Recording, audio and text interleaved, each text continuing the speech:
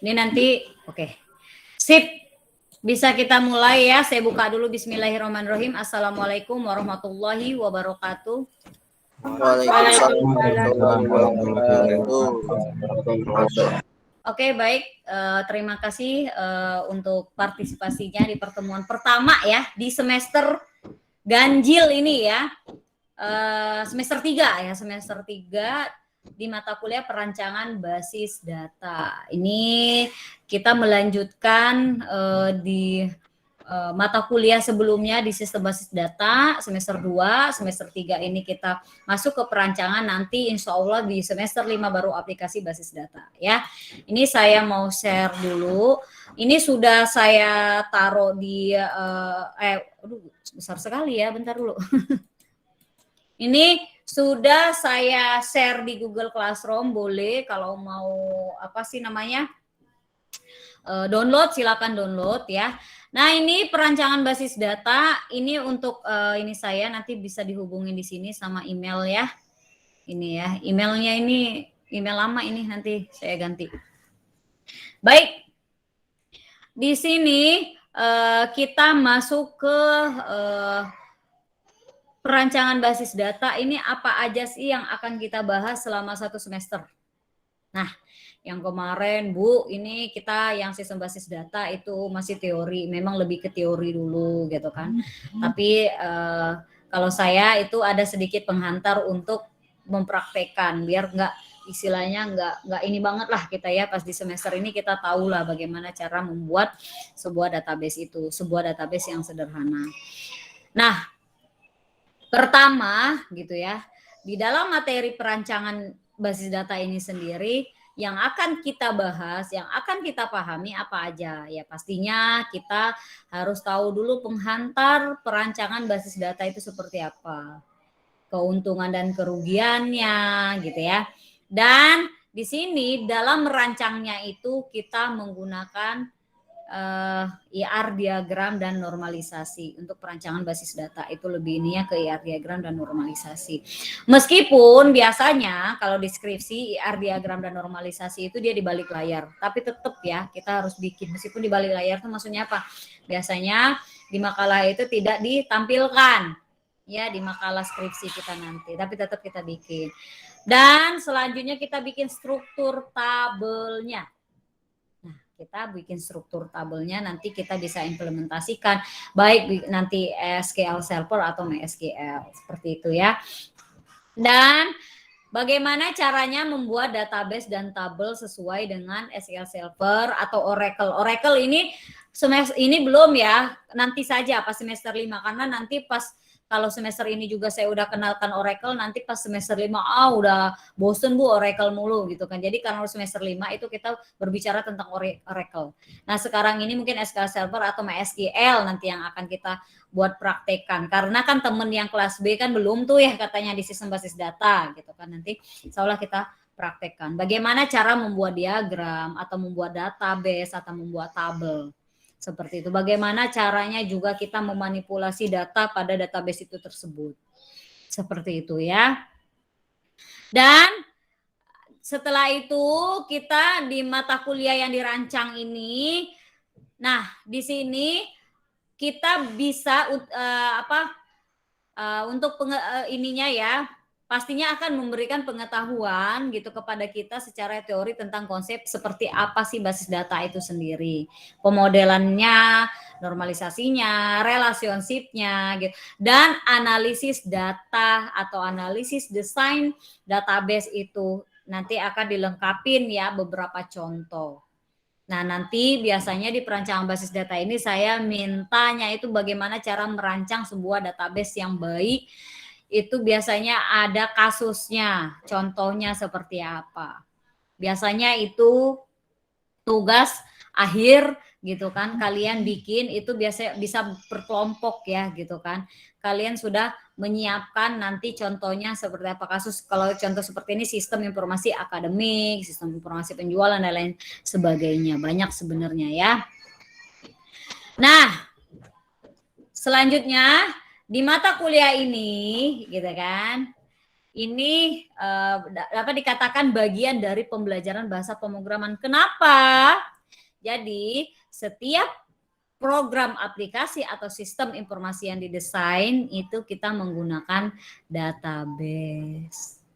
Nah, yang tadi yang kita bilang tadi untuk penerapan codingan query dalam bahasa pemrogramannya itu nanti kita bisa menggunakan database mungkin MySQL dulu ya hari yang untuk semester ini. Untuk semester 5 baru kita ke database Oracle atau kita menggunakan Oracle.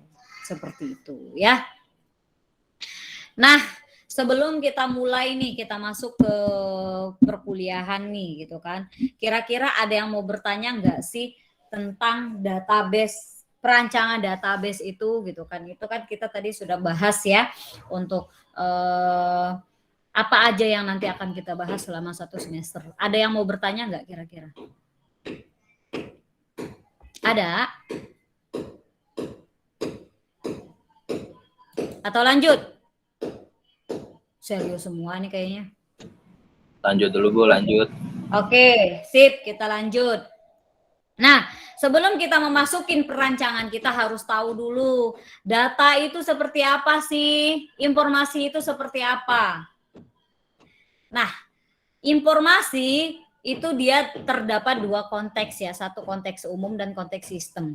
Nah, yang kita pakai ini sistem nih gitu ya. Kalau yang umum itu sesuatu yang dapat menambah pengetahuan yang berguna untuk mengurangi keraguan pada saat akan memilih alternatif tindakan tersebut. Nah, sedangkan kalau yang tersistem atau konteks sistem, datanya itu ya sudah diolah untuk proses pengambilan keputusan. Data itu apa sih? Kalau berbicara tentang informasi kan data yang sudah diolah. Itu informasi. Kalau data itu apa sih? Gitu ya. Di sini data itu sebuah simbol atau bahasa yang disepakati untuk menyatakan sebuah objek atau gagasan manusia. Data itu dia berupa fakta. Gitu. Seperti apa? Gitu kan? Nah, contoh kita lihat di sini. Ini data dan informasi. Data itu kan yang saya bilang tadi. Dia itu faktanya. Kita sebagai mahasiswa, kita punya data, benar nggak? Data kita apa? Kita punya nama, ya. Apalagi? Kita seperti itu. Atau mungkin bisa disebut dengan atribut gitu kan. Properti sebuah mahasiswa itu apa sih? Punya NPM, punya kelas, punya nama, seperti itu. Ya. Kemudian data itu kita olah kan, datanya tadi data mentah kan? Fakta. Kita olah di dalam sebuah database ini, jadilah bentuknya sebuah informasi. Seperti itu ya. Nah, data dibandingkan dengan informasi. Contoh nih, jika kita bekerja di sebuah bidang IT, nah maka kita sangat penting memahami bagaimana data itu bisa dimodelkan, bisa disimpan. Makanya data itu kita modelkan, bisa kita manipulasi itu kan bisa kita manage gitu ya ke dalam sebuah database. Nah, jika kita bekerja di industri lainnya, kemungkinan besar kita harus bekerja dengan data yang akan disimpan ke dalam sebuah komputer. Itulah. Dan mungkin akan diperlukan menggunakan data kita itu untuk sebagai laporan. Kita seandainya nih kalau sudah terkomputerisasi kan lebih enak ya kalau sudah ada. Kita bisa istilah multi user makainya. Gitu kan, nggak perlu kita ngambil data, iya datanya ada di kampus, nggak perlu gitu kan, seperti itu. Dari rumah juga bisa. Contoh nih, data mahasiswa informasi rata-rata, ini informasi kan, karena sudah diolah rata-rata usia dalam satu kelas. Karena di dalam mahasiswa ini tadi kan, oh iya dia ada usia, rata-ratanya apa, berarti informasi, benar nggak?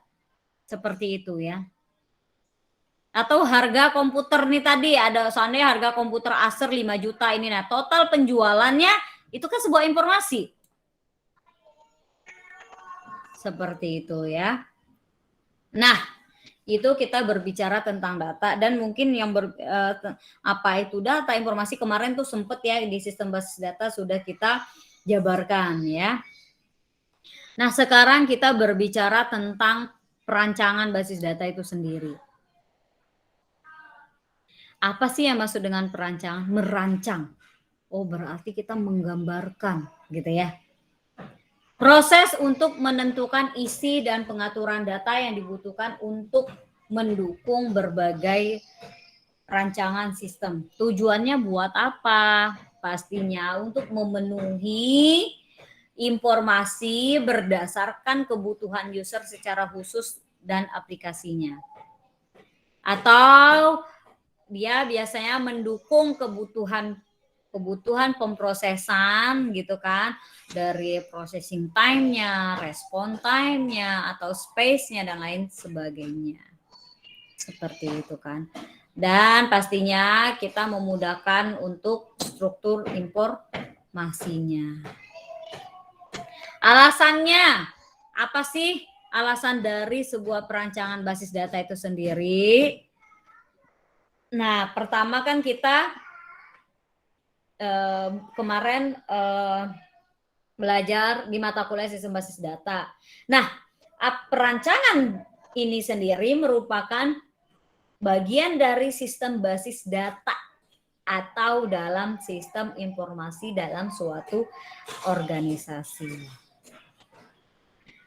Alasannya nih ya, kedua, kebutuhan penyimpanan data itu pasti dalam jumlah besar dan dia akan selalu mendesak kalau seandainya dia, itulah kita ini alasan kita membuat perancangan yang tadi. Makin banyaknya jumlah data ya, berarti harus makin kita ini ya, biar keperluan tidak mendesak.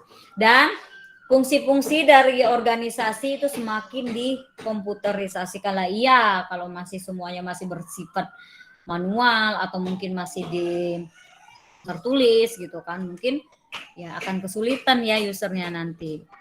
Dan semakin kompleks data dan aplikasi yang digunakan, maka relationship antar data itu harus dimodelisasikan. Nah, dan terakhir dibutuhkannya kemandirian data. Seperti itu. Selanjutnya ini ada 6 fase proses perancangan basis data. Di sini pastinya kita bisa mengumpulkan data itu sendiri, kemudian kita analisis. Ya. Dan perancangan basis data itu dia ada secara konsep. Nanti kita ini ya secara konseptualnya seperti apa. Pemilihan database manajemen sistemnya, dia secara logiknya atau nanti akan kita mapping modelnya, model perancangannya. Perancangan basis data secara fisik, ada konsep, ada fisik gitu ya, logik gitu ya. Dan implementasi dari sistem basis data itu ini nanti akan kita jelaskan di pertemuan selanjutnya. Oke ya, nggak bisa hari ini semua ya, nanti kalian nggak mudeng nanti ya. Seperti itu. Pengenalan database selalu gitu kan. Database itu apa sih, basis itu apa, data itu apa. Ini yang saya bilang tadi, data itu sebuah fakta gitu ya, yang mewakili suatu objek seperti manusia, barang, hewan dan lain sebagainya, di mana nanti akan direkam dalam bentuk angka, huruf, teks, gambar dan kombinasi lainnya. Kalau basis, nah gudangnya atau markasnya atau tempat berkumpulnya data itu sendiri. Jadi basis data. Itu yang dimaksud dengan basis data. Database. Nah, kalau database berarti kumpulan data yang saling terintegrasi yang diorganisasikan untuk memenuhi kebutuhan pemakai untuk keperluan organisasi. Jadi dia suatu program komputer gitu ya, sudah terkomputerisasi ini untuk memperoleh suatu informasi dari database tersebut. Itu jadi dia ada kumpulan sistem informasi lah yang tadinya kita simpan ke dalam sebuah komputer. Seperti itu. Dan di sini juga dia ada pengertian lainnya, sekumpulan terpusat sama sebenarnya ya. dan terstruktur dari data yang tersimpan pada sistem komputer. Di sini kita menyediakan fasilitas untuk pengambilan yang tadi memanage, saya bilang tadi, menambahkan, memodifikasi, menghapus, dan lain sebagainya. Basis data ini juga pernah sempat saya iniin di sistem basis data ya, biar nggak ini ya, ini saya flashback lagi. Bayangan sebuah data basis data itu kita lihat kalau kita mungkin ke ruangan jurusan atau BAK itu sebuah lemari arsip. Kalau basis data beda, lemari arsipnya seperti apa yang kita lihat hanya sebuah komputer saja gitu kan. Nah, kalau ini bayangan kita dia sebuah lemari arsip memberi sampul dan map. Biasa kalau dulu, ini kalian emang online terus ya, belum pernah offline ya. Kalau dulu absennya kan masih kita harus tanda tangan, map biru itu mungkin kelas reguler, map merah itu mungkin kelas malam, seperti itu ya. Nah, menentukan kelompok jenis arsip dan lain sebagainya. Nah, inilah inian kita sebuah basis data itu seperti ini. Nih. Kalau basis data di sebuah hard disk, ya ini ada basis data, mungkin ini ada tabel mahasiswa, mungkin ada tabel dosen dan lain sebagainya. Jadi satu, jadi nggak kelihatan, dia hanya sebuah komputer aja. Tabel mata di dalam nilai database nilai mahasiswa di situ ada beberapa tabel. Tabelnya itu ada nilai mahasiswa, dosen dan lain sebagainya. Nah, kalau lemari ya arsip di sebuah ruang, ya itu yang kayak bandel-bandel map-map. Oh, mata kuliah ini mungkin map biru.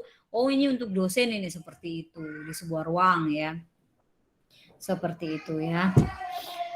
Nah, enaknya kalau kita sudah tersistem atau database itu bisa multi user. Saya bisa buka di rumah, mungkin jurusan bisa buka di kampus, seperti itu. Jadi nggak perlu kita mau ngambil data tersebut harus jauh-jauh ke kampus. Karena untuk aksesnya itu bisa multi user ya. Bisa beberapa user. Di sini ada hierarki dari database itu sendiri. Di dalam database itu ada beberapa database manajemen sistem, ada beberapa bisa database. Di dalam database itu ada beberapa tabel, dan di dalam tabel itu ada field dan record. Seperti itu ya. Nah, di sini table gitu kan, kumpulan jenis di sini yang mempunyai banyak atribut, field sama dan biasanya berbeda dari isi datanya. Kalau record itu gabungan sejumlah elemen yang saling terkait. Kalau field itu biasanya satuan data terkecil yang tidak dapat dipecah menjadi unit atau yang lebih bermakna. Ini ada yang bergabung ya. Waduh, rame banget ini ya. Udah 61 ya. Lumayan. Nah, inilah yang dimasuk dengan apa sih namanya, tabel. Ini tabel nih. Tabel ini dia punya ada field dan ada record, atau ada baris dan ada kolom seperti ini. Seperti itu. Ini namanya tabel. Merupakan kumpulan data nilai yang diorganisasikan ke dalam baris record dan kolom. Seperti itu. Kalau field, nah kalau saya biar lebih enak, field itu kayak subnya, sub judul ini. Ini kolom untuk ininya. Kalau baris berarti ini, yang ini nih. John gitu ya, nama isinya gitu kan, atau ini yang namanya baris. Kalau record ini ID number, last name, first name, address dan lain sebagainya. Jadi jangan sampai salah ya buat penamaannya ya. Kalau kolom tadi ini, kalau record atau baris ini. Seperti itu ya. Nah, sejauh ini kira-kira ada yang mau ditanyakan nggak? Ada atau mau lanjut? Lanjut Bu, belum ada. Ya, kalau yang baru bergabung itu menyesuaikan aja ya. Saya tidak bisa ulangin lagi dari awal gitu. Kasihan teman-temannya kalau mau diulang lagi gitu ya. Bentar ya.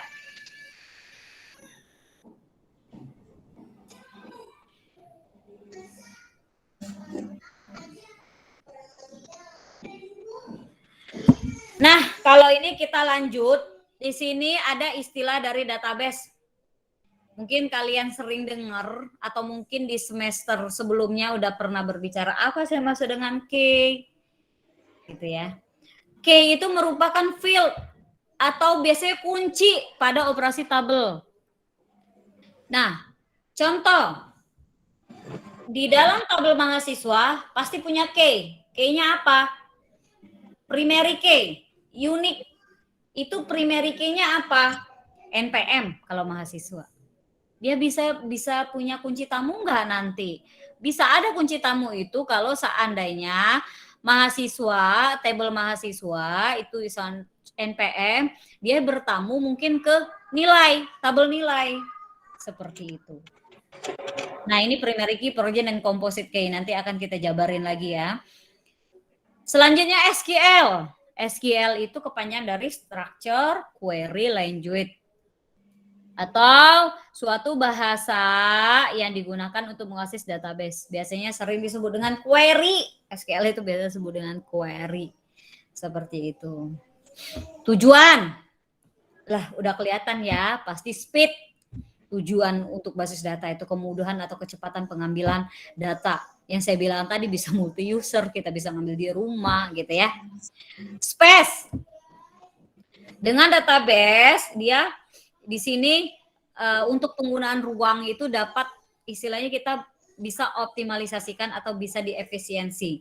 Jadi hanya sebuah komputer. Beda dengan yang tadi, yang kalau dia saya bilang tadi dia seperti apa lemari arsip, kelihatan banget seperti itu kan data-datanya. Kalau ini di sebuah komputer atau space. Keakuratannya, ya pasti itu ya. Dari keunikan datanya gitu kan, dari untuk domain datanya, tipe datanya, pasti dia ada ke ininya akurat ya. Ketersediaan, biasanya data yang sudah jarang atau bahkan tidak pernah digunakan dapat diatur untuk dilepaskan atau mungkin disimpan gitu kan ke lokasi lain atau mungkin bisa diarsipkan dan lain sebagainya. Kelengkapannya, ya keamanan atau security, jadi nggak semuanya boleh menggunakannya. Gitu kan. Contoh, sistem informasi akademik mungkin ya. Siswa beda dong mahasiswa sama dosen lamannya gitu kan di dalam web tersebut. Mungkin siswa hanya bisa melihat nilai saja. Kalau dosen bisa melihat, bisa merubah juga. Gitu.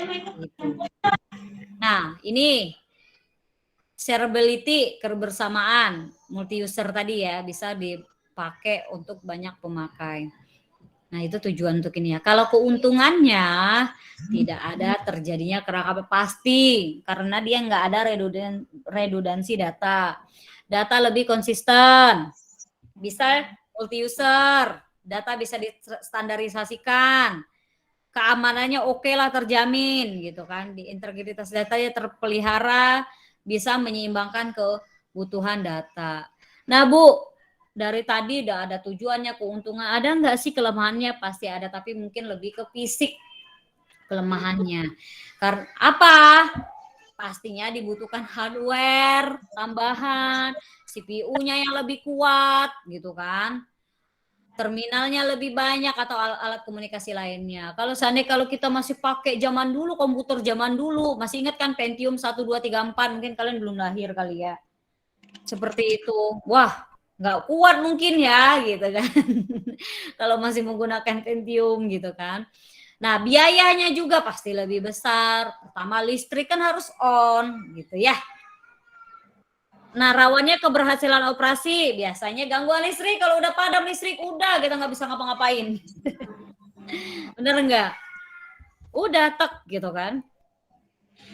Sistem pasti lebih kompleks atau rumit karena banyak yang harus diperhatikan lagi. Itulah untuk kelemahan lebih, biasanya lebih ke fisiknya ya gitu ya. Nah, untuk komponen dasar dari basis data yang tadi ada data, ada hardware, ada software. Hardware-nya itu kan fisiknya atau perangkat kerasnya ya. Bagaimana untuk penyimpanannya seperti apa gitu ya. Kalau software itu pemakai dengan data fisik untuk database-nya gitu ya. Dia berupa apa? Database manajemen atau database DBMS, database manajemen sistem atau program-program untuk yang dipakai oleh user tersebut. Seperti itu. Contohnya apa aja, Bu? Ya tadi Oracle, ya software ini ya MySQL, SQL Server dan lain sebagainya. 4 klasifikasi dari user. Ada engineer, sistem engineer, ada administrator, ada programmer, dan ada pemakai akhir. Dia hanya memakai saja nih, gitu kan. Sistem engineer di sini biasanya bertanggung jawab untuk pemasangan sistem database. Jadi beda ya, yang masang. Contoh kalau kita di lab, gitu kan. Administrator database-nya ini biasanya di sini tenaga ahli yang mempunyai tugas untuk mengontrol. Ya tadi nih, contoh nih, oh ya ini saya nggak bisa masuk sistem nih, saya harus hubungin adminnya dulu kan pastinya. Kalau programmer, dia membuat aplikasinya. Jadi dia ada, jadi dipecah-pecah ya, nggak hanya satu orang yang nginiin gitu ya. Pemakai akhir berarti yang menggunakan data tersebut. Seperti itu ya. Komponen. Nah, ini entitas. Entitas itu kalau di dalam sebuah database itu kita sebut dengan tabel gitu ya. Ditingkatkan dengan entitas atau entity, itu siapa entitasnya? Mungkin mahasiswa gitu kan. Berarti nama tabelnya itu nanti berubah berupa mahasiswa gitu kan. Contoh ini pelanggan ada Adi, mungkin ini mahasiswa ada Adi, ada Rita, ada Susi gitu dan lain sebagainya. Atribut mahasiswa tadi yang aku bilang punya atributnya apa? NPM, nama, kelas, dan lain sebagainya. Itulah bagian-bagian dari komponen dari basis data. Sedangkan, nah ini entitas yang tadi ya, udah saya iniin ya, ini bisa kita ini, atribut juga sama. Ada constraint. Di sini ada 2 hal yang harus kita perhatikan agar data tetap akurat. Ya. Nah, di sini untuk mewujudkan yang untuk datanya tadi biar ada integritas constraint-nya tadi untuk konsistensi datanya ini tadi gitu kan. Nah, di sini diperlukannya adanya data integrity. Contoh, apabila sebuah buku mempunyai ID buku CP001 pada kolom ID buku, maka database tidak memperbolehkan buku lain mempunyai ID yang sama. Jadi nggak boleh. Berarti CP001 udah, nanti keduanya CP002. Itulah untuk integritas dari constraint data itu tersebut. Jadi tidak boleh sama dia. Gitu. Kalau sama dia pasti akan error ya, ini nih. ID bukunya berarti harus CP002, CP003 dan lain sebagainya. Jenis-jenisnya ada entity, integritas, domain, ada referensial, ada user define. Apa aja? Di sini ada entity, integritasnya. Di sini kita mendefinisikan sebuah baris sebagai sebuah entitas yang unik. Unik ya kalau untuk integritas entity-nya tadi. Nah, apa aja? Itu yang di dalam primary key itu dia pasti ada indeksnya, ada unixnya, ada constraint primary key-nya. Dan primary key itu tidak boleh nol. Ya, dia tidak boleh nol ya. Jadi harus not null. Not null itu berarti tidak boleh kosong. Null itu kan kosong. Ya. Domain integritas. Di sini biasanya untuk memvalidasi atau masukkan dalam sebuah kolom. Mainnya ya. Dan referensial integritas. Misalnya seluruh nilai dari FK, foreign key atau kunci tamu itu cocok dengan nilai primary key yang akan nanti dihubungkan. Namanya juga referensial. Seperti itu. User define. Biasanya ini lebih ke akses, mengizinkan kita untuk menentukan spesifik bisnis rule-nya.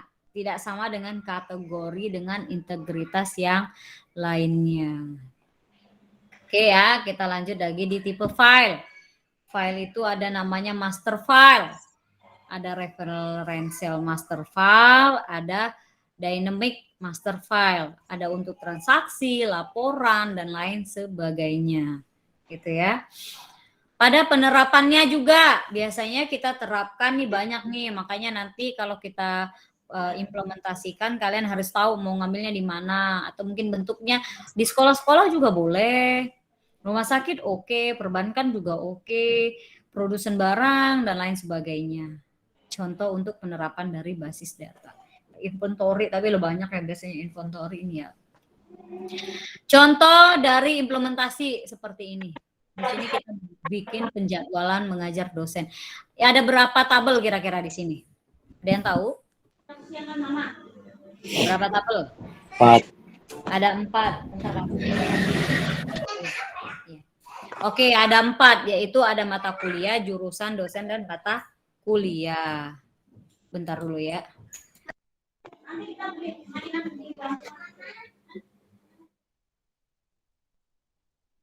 Baik, kita lanjut lagi ya. DBMS, Database Management System. Apa sih yang dimaksud dengan database nih, gitu ya?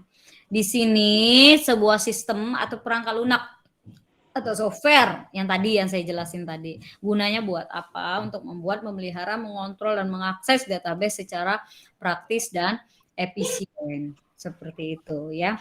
Nah, di sini untuk memanage-nya tersebut itu ada cakupan prosesnya, defining, manipulating, sharing gitu ya.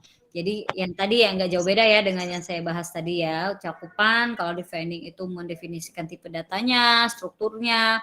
Kalau manipulating itu mencakup berbagai fungsi query-nya gitu kan. Kalau sharing berarti kita akses untuk database secara bersama-sama. Fungsinya pasti untuk protect, maintain, fungsi untuk database manajemen sistem tersebut. Nah, di dalam sistem basis data atau DBMS itu, nah di sini ada namanya RDBMS. RDBMS itu Relationship Database Management System, merupakan salah satu jenis DBMS yang mendukung adanya relationship. Contoh perangkat lunaknya tadi yang saya bilang tadi, cuman kita Oracle, SQL Server, akses juga MySQL ya. Cuman kalau yang enggak ini kayak Postgre ini enggak ya, Postgro enggak kita ini maksudnya itu enggak kita praktekkan nanti. Tapi ya biasanya yang sering dipraktekkan itu biasanya Oracle nih, nanti kita praktekkan di semester 5 SQL Server atau MySQL. Lebih ke MySQL ya nanti, karena kalian itu nanti untuk prakteknya untuk buat skripsi itu ada yang biasa berbasis web atau nanti berbasis Android. Jadi yang dipakai SQL Server dan MySQL. Seperti itu ya. Nah, kalau ini bahasanya ya, ini mah nanti saja untuk bahasa biar kita nggak terlalu ini ya. Kita lanjut untuk bahasa pemrogramannya nanti DDL, DML, dan DCL. Nah, kira-kira ada yang mau bertanya nggak? Sampai dengan penghantar database manajemen sistem, baru nanti kita ke bahasanya. Seperti itu. Ada nggak yang kira-kira yang ingin ditanyakan? Minggu ini kita tidak ada latihan ya, nggak ada kasus maksudnya, nggak ada tugas.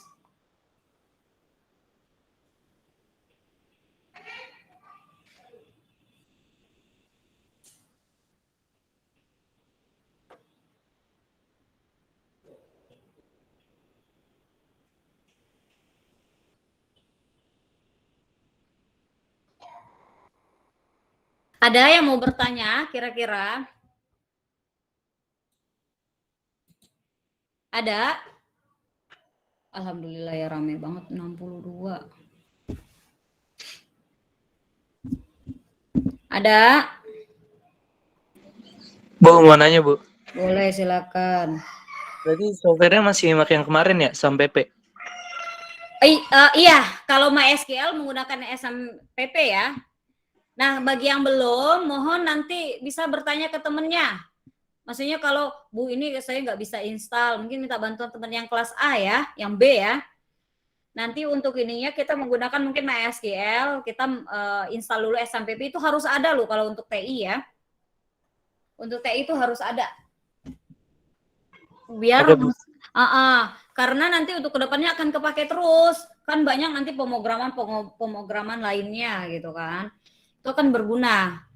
Nanti diinstal MySQL-nya itu buat nanti ya, karena sekarang kita masih praktek untuk perancangan dulu. Gitu. Sama seperti yang kemarin.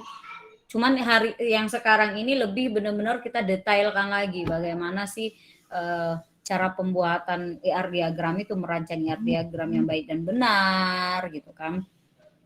Untuk normalisasi, mungkin yang kelas B udah pernah ini enggak buat normalisasi?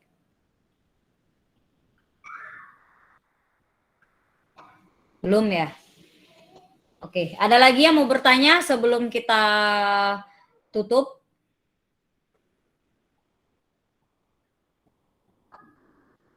Tidak ada? Enggak ada. Baik.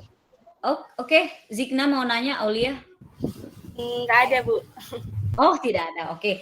Sip. Kalau ini mungkin saya tutup dulu, tapi nanti ya jangan pas saya sudah tutup jangan keluar dulu. Ini saya mau capture, mau saya kirim, mau saya ini ke Google Classroom ya. Kalau tidak ada, mungkin saya cukupkan sekian ya. Saya akhiri ya. Wassalamualaikum warahmatullahi wabarakatuh. Waalaikumsalam warahmatullahi wabarakatuh. Keluar dulu ya. Waalaikumsalam. Oke, jangan keluar dulu ya. Saya mau ini Baik, dulu. Bu.